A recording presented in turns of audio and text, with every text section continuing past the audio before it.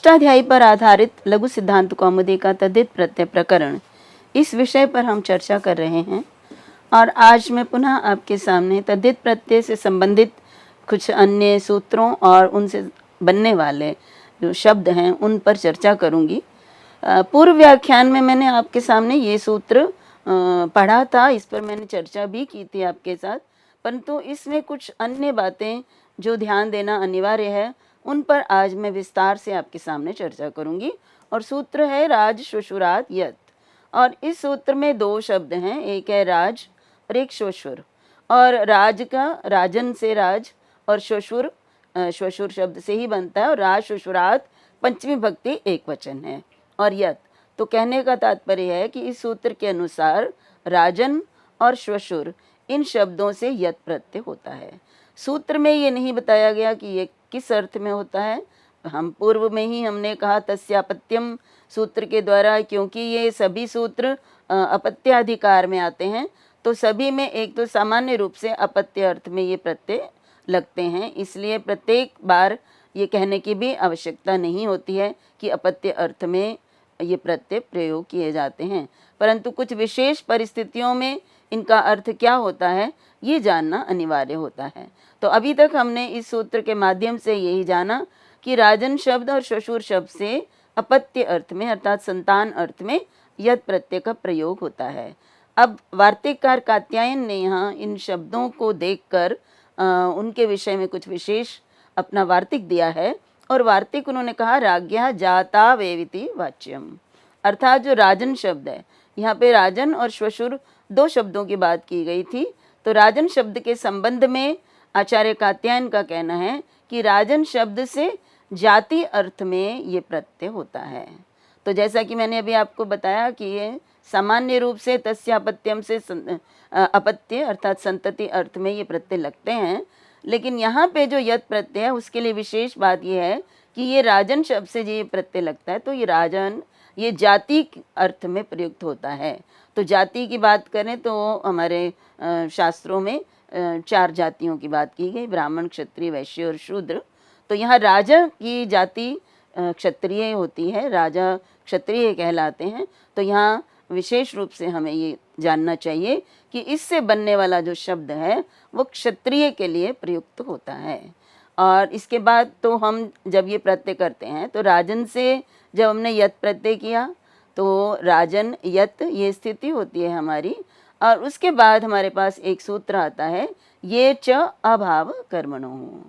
ये चा भाव है, च और अभाव को हम पृथक करेंगे और अभाव और कर्म इसमें द्विवचन का प्रयोग करके अभाव कर्मणो ये रूप हमारे सामने प्राप्त होता है। और ये जो है यह शब्द का यह हलंत शब्द है, इसलिए हलंत शब्द के सप्तमी भक्ति में ये रूप बनते हैं। तो ये च अभाव कर्मणो इसका अर्थ है कि ये मीन्स य से आरंभ होने वाला, या आदौ या जिसके आदि में है। तो य से आरंभ होने वाला यदि तद्धित प्रत्यय परे होता है तो अन प्रकृत्यास्यु, जो अन है प्रकृत्यास्यु अर्थात वैसा ही रहते हैं, अर्थात उनमें कोई परिवर्तन नहीं होता है। और कहाँ अपवाद के रूप में क्या, न तो भाव कर्मणो, अगर भाव और कर्म अर्थ में प्रयुक्त होता है वो शब्द तो नहीं होगा। तो इस सूत्र के अनुसार कोई भी प्रत्यय यदि यह से आरंभ होने वाला परे होता है और वो तद्धित प्रत्यय होता है तो अन को कोई कार्य नहीं होता, वैसे का वैसा रहता है। अब यहाँ पे ये जानना भी आवश्यक है कि अन को वास्तव में होता क्या है। तो यदि तद्धित प्रत्यय परे होता है तो अन का जो अन में समाप्त होने वाला है उसकी भ संज्ञा होती है और फिर नस तद्धिते सूत्र से उसकी जो टी है उसका लोप हो जाता है। अब मान लीजिए उदाहरण के लिए जिसके लिए ये सूत्र अभी हम कर रहे हैं वो राजन है, तो राजन से जब हमने यत प्रत्यय किया पूर्व सूत्र से तो यत प्रत्यय करने के कारण ये जो य में आरंभ होने वाला प्रत्यय है य अ और त हलंत, तो त इत संज्ञक होने के कारण उसका लोप हो जाता है। तो य से आरंभ होने वाला ये प्रत्यय है, तो य से आरंभ हो रहा है तो यहाँ पर इसकी भ संज्ञा होगी राजन की। लेकिन राजन की भ संज्ञा होने पर जो हमें नस तद्धिते सूत्र द्वारा टी अन का अर्थात राजन की टी क्या है, अन, अन का लोप प्राप्त हो रहा है, परंतु प्रस्तुत सूत्र में कहा कि यदि य परे हो अर्थात यह से आरंभ होने वाला तद्धित प्रत्यय परे होता है तो अन का लोप नहीं होता। तो यहाँ एक बात तो ये स्पष्ट हो गई कि राजन के अन का जो लोप हमें प्राप्त हो रहा था वो नहीं होगा। तो हमारे पास क्या स्थिति होती है, राजन और य, और इसमें जब हम य मिला देते हैं तो हमारे सामने राजन्य बनता है। अब राजन्य शब्द का प्रयोग अभी उन्होंने कहा जाति अर्थ में होना चाहिए।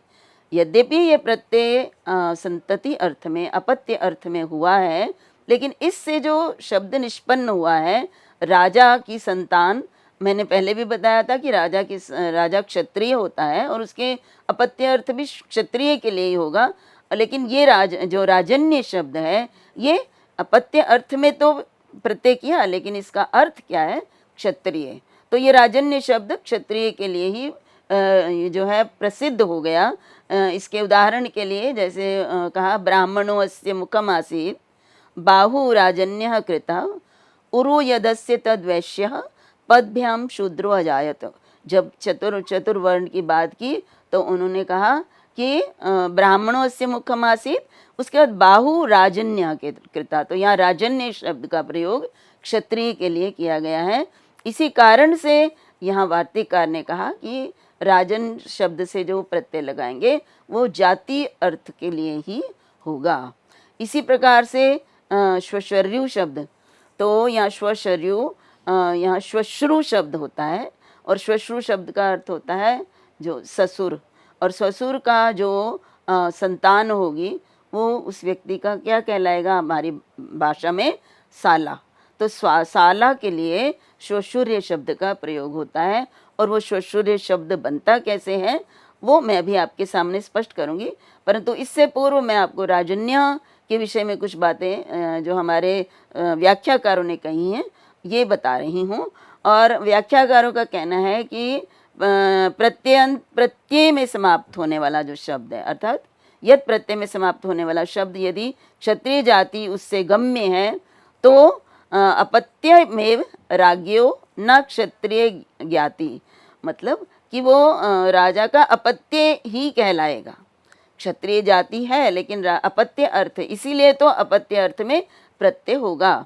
और यदि क्षत्रिय जाति का नहीं है तो वहाँ पे ये प्रत्यय नहीं होगा। जैसे मान लीजिए राजा से उत्पन्न यदि किसी अन्य जाति के स्त्री से उत्पन्न उसका पुत्र होगा, बालक होगा, तो वो क्षत्रिय नहीं कहलाएगा।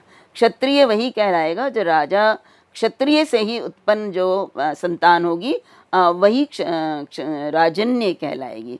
तो राजन्य यदि बनाना है तो इसका अर्थ ही है क्षत्रिय जाति का, और यदि क्षत्रिय जाति का नहीं है तो फिर जो अण प्रत्यय है, जो सामान्य रूप से तस्यापत्यम सूत्र द्वारा और प्राग दिव्य तो अण सूत्र द्वारा जो अण प्रत्यय कहा गया है वही प्रत्यय होगा। और उसके बाद देखिए एक उदाहरण के द्वारा भी स्पष्ट किया जा सकता है कि जैसे पंकज शब्द है, तो पंकज शब्द का अर्थ तो है वो जो पंके जायते इति, जो पंक अर्थात कीचड़ में उत्पन्न होता है, लेकिन इससे जो बनता है पंक और जन धातु से प्रत्यय करने के बाद जो पंकज शब्द बनता है वो शब्द प्रसिद्ध हो गया कमल के लिए। इसी तरह से राजन से अपत्य अर्थ में यत प्रत्यय जब लगता है तो इससे जो शब्द राजन्य बनता है ये क्षत्रिय के लिए प्रयुक्त हो गया। तो अगर क्षत्रिय जाति का है तो आपके सामने राजन्य शब्द बनेगा, अन का लोप नहीं होगा। लेकिन मैंने अभी आपको ये भी बताया कि यदि वो क्षत्रिय जाति का नहीं है वो संतति, तो फिर क्या होगा, तो फिर वो सामान्य रूप से अण प्रत्यय होगा। अभी सूत्र मैंने आपके सामने बताया कि अण प्रत्यय करने वाला सूत्र प्राग दिव्य तो अण। तो अण प्रत्यय होने के बाद देखिए फिर अब हमारे पास ये प्रश्न उठता है कि यहाँ पर टी अन का लोप होगा या नहीं। राजन से जब हम अण प्रत्यय करते हैं किस स्थिति में करते हैं, राजा की वो संतान जो क्षत्रिय नहीं है, किसी अन्य जाति की स्त्री से उत्पन्न है, उस स्थिति में हम राजन से अण प्रत्यय करेंगे। और जब अण प्रत्यय करेंगे तो फिर टी अन का लोप प्राप्त होगा नस्तदिते सूत्र द्वारा, क्योंकि अन के लोप का निषेध उस अवस्था में नहीं कहा गया है। तो जब टी अन का लोप प्राप्त होगा तो उसके लिए अब आगे हमारे पास सूत्र है अन, और अन सूत्र का अर्थ है अन प्रकृत्या स्याद अणि परे। तो इस सूत्र के अनुसार यदि अण परे है, अभी य से आरंभ होने वाला प्रत्यय परे के लिए सूत्र था, अब ये कहा कि यदि अण परे होता है तो अन, जो शब्द के अंदर अन होता है वो प्रकृत्या स्याद, अर्थात वो उसका लोप नहीं होता। तो यहाँ पर भी जब हम अन्य जाति के लिए इस शब्द को प्रयोग करेंगे तो यहाँ पर भी अन का लोप नहीं होगा, और जब अन का प्रयोग नहीं होगा तो राजनः ये स्थिति बनेगी। देखिए, राजन से जब हम अण प्रत्यय करते हैं और राजन के न के अ का लोप कर देते हैं यस्य इति च से, और फिर न और अ को जब हम मिला देते हैं तो राजन ये अकारांत शब्द बन जाता है, और ये अकारांत शब्द बनने के बाद यदि प्रथमा विभक्ति एक वचन में रूप चलाते हैं तो राजनः ये स्थिति होती है। अब हमें ये ज्ञात हो जाना चाहिए कि राजन्यः और राजनः इन दोनों शब्दों में क्या अंतर है दोनों ही अपत्य अर्थ में। एक अपत्य अर्थ में क्षत्रिय के लिए प्रयुक्त होता है और दूसरा क्षत्रिय भिन्न के लिए प्रयुक्त होता है। अग्रिम सूत्र जिस पर हम चर्चा करेंगे वो सूत्र है क्षत्राद घ। अब क्षत्र शब्द है और क्षत्र शब्द से संतान अर्थ में घ प्रत्यय लगता है, और इससे जो रूप निष्पन्न होता है वो क्षत्रिय। तो क्षत्रिय शब्द जातिवाचक है, क्षत्रिय जाति के लिए प्रयुक्त है। यद्यपि यहाँ क्षत्र शब्द से भी प्रत्यय अपत्य अर्थ में ही होता है, क्षत्र की संतान भी क्षत्रिय ही कहलाएगी, तो लेकिन इस सूत्र इसके द्वारा जो हमें एक अर्थ प्रसिद्ध हो जाता है क्षत्रिय जाति के लिए है, तो जातौ इत्येव ये भी जाति के लिए ही प्रयुक्त होता है। तो जब हम क्षत्र शब्द से घ प्रत्यय करते हैं तो घ प्रत्यय के स्थान पर हम क्या कर देते हैं, ईय कर देते हैं। हमने पूर्व में आपके सामने उस सूत्र पर मैंने चर्चा की थी और वो बताया था मैंने, आयन ए नी यह फ ढ ख छ घाम प्रत्यय आदि नाम।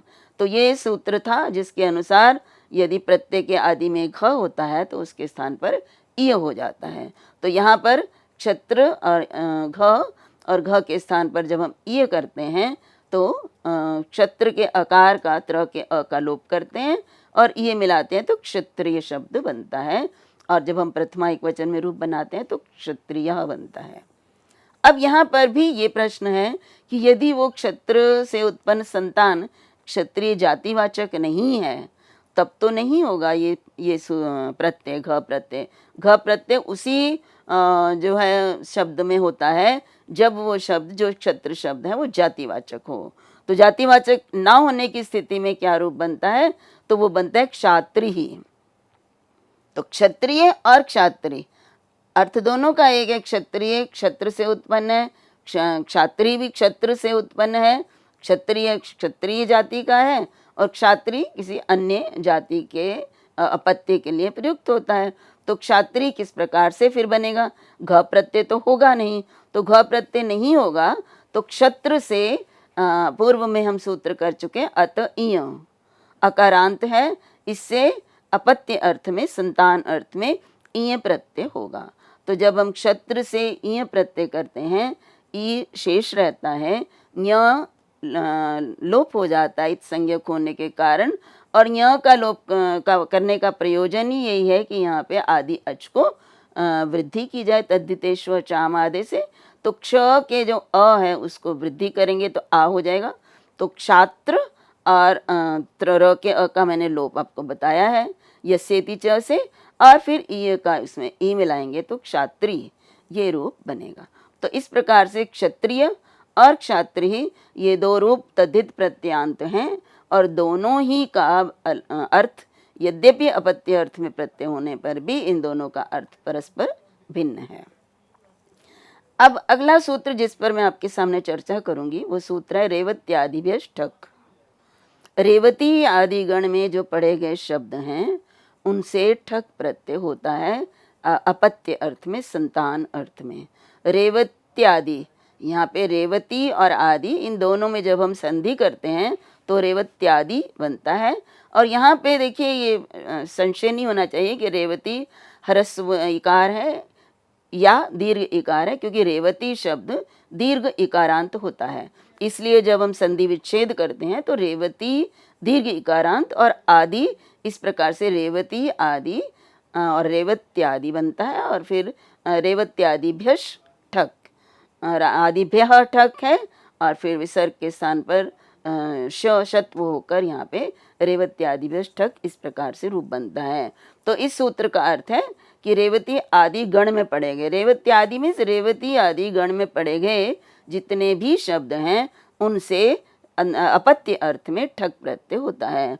और रेवती आदि गण में अनेकों शब्द पढ़े गए हैं, जिसमें पहला शब्द तो रेवती ही है, इसके अतिरिक्त उसमें मणिपाली, द्वारपाली, वृकवंचिन, वृकबंधु, वृकग्राह, दंडग्राह, कुक्कुटाक्ष, चामरग्राह, इस प्रकार से अनेकों शब्द रेवती आदि गण में पढ़े गए हैं। और इस सूत्र के अनुसार इस गण में पढ़े गए जितने भी शब्द हैं उनका यदि हम अपत्य अर्थ में प्रयोग करते हैं तो ठक प्रत्यय होता है। तो जो पहला पद है रेवती, उसी से जब हम ठक प्रत्यय करेंगे तो ठक प्रत्यय करने के बाद हमारी जो स्थिति होती है रेवती और ठक, और ठक का क्योंकि इत संज्ञक है तो रेवती ठ ये स्थिति होती है। और यहाँ से जो हमने सूत्र पढ़ा रेवत्यादिभ्यश ठक, तो इसमें ठ जो है अकारांत बचता है हमारे पास, ठ का इत संज्ञक नहीं होता है। तो फिर हमारे पास एक सूत्र होता है ठस्य कहा, जो ठ है उसके स्थान पर इक हो जाता है।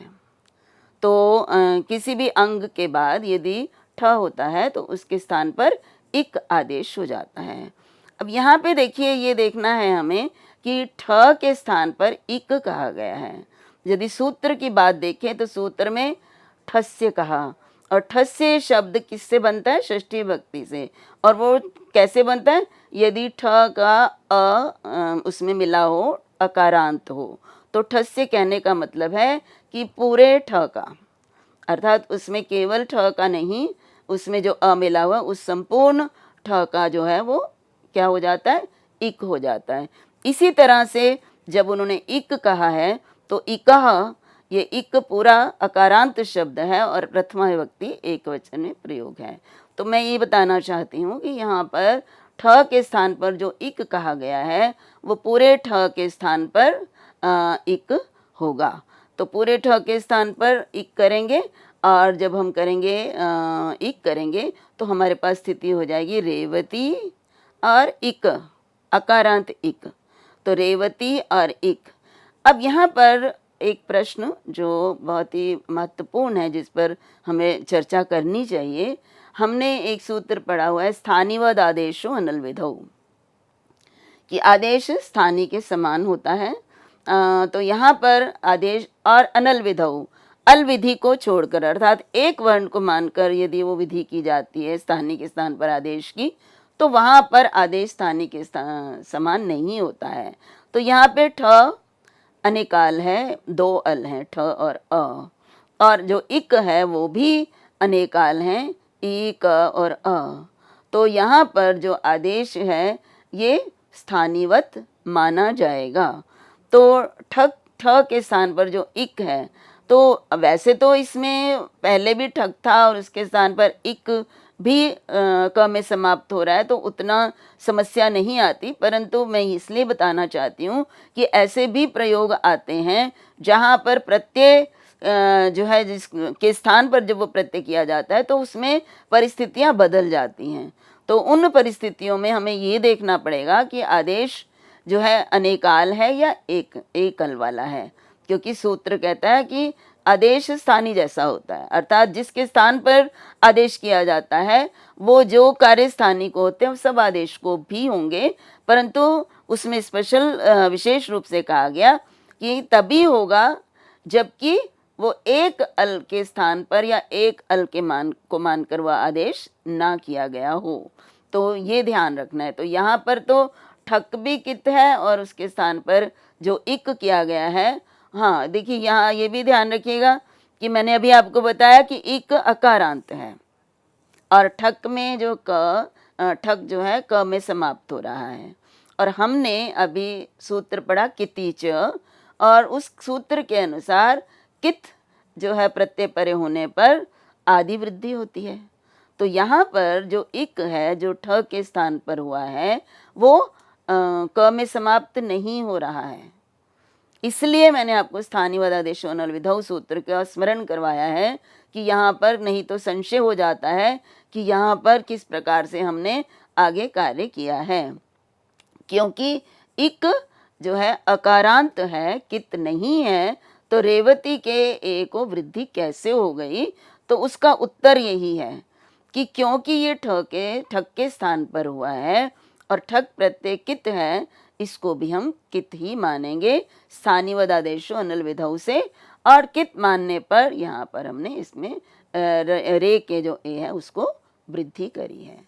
तो ये एक और बहुत महत्वपूर्ण बात जो कि जहाँ पर हम बाधित हो सकते हैं कि यहाँ पर इक अकारांत है, कित नहीं है, तो इक परे होने पर कैसे वृद्धि हो जाएगी। तो इस प्रकार से जब हमने वृद्धि कर ली तो हमारे पास क्या बनेगा? रैवती दीर्घिकारांत और इक, और रेवती का जो ई है दीर्घ उसका हम यस्येति च से लोप करेंगे और फिर हमारे सामने स्थिति होगी रैवत त हलंत, और उसमें फिर हम इक मिलाएंगे तो रैवतिक ह्रस्व इक ई और उसके बाद क, तो रैवतिकः रैवतिकौ, और उसके बाद अन्य विभक्तियों में भी इस प्रकार से हम रूप चलाएंगे। अब इस सूत्र में जो है वो कहा गया कि रेवत्यादिभ्य ठक, तो रेवती आदि शब्द, तो रेवती आदि के अंतर्गत जो अन्य शब्द आते हैं उनसे भी ठक प्रत्यय का विधान है। तो यहाँ पर हम ये देखेंगे कि जो अन्य शब्द हैं जैसे मणिपाली है, अश्वपाली है, द्वारपाली है, ये शब्द कैसे हैं? ये स्त्रीलिंग हैं और स्त्रीलिंग है और इकारांत हैं। तो हमने पूर्व में सूत्र पढ़ा था स्त्रीभ्यो ढक, कि जो स्त्रीलिंग शब्द होते हैं उनसे संतान अर्थ में ढक प्रत्यय होता है। तो यहाँ उस सूत्र के अनुसार ये मणिपाली, अश्वपाली, द्वारपाली, इनसे ठक प्रत्यय होना चाहिए। रेवती से जैसे हमने किया रेवती, तो इनसे हम ढक प्रत्यय होना चाहिए, परंतु प्रस्तुत सूत्र उसका अपवाद है। अपवाद इसलिए है कि क्योंकि ये शब्द रेवती आदि गण में पढ़े गए हैं, इसलिए उस ढक को बाध कर यहाँ पर ठक प्रत्यय होता है। तो ये भी हमें ध्यान रखना है कि कौन सा प्राप्त हो रहा है हमें और उसके स्थान पर हमें ये प्रत्यय क्यों किया है, तो ये भी स्पष्टीकरण करना हमारे सामने आवश्यक है। तो पहले चार तो स्त्री प्रत्यांत है, इसलिए स्त्रीभ्यो ढक से ढक प्रत्यय प्राप्त हो रहा था जिसका अपवाद है। इसी प्रकार से वृक वंचिन जो शब्द था उसको हम सामान्य रूप से उसके लिए कोई और प्रत्यय नहीं बताया गया, तो प्राग दिव्य तो अण सूत्र द्वारा अण प्रत्यय प्राप्त हो रहा था, उस अण प्रत्यय को बाध कर यहाँ पर ठक प्रत्यय होगा।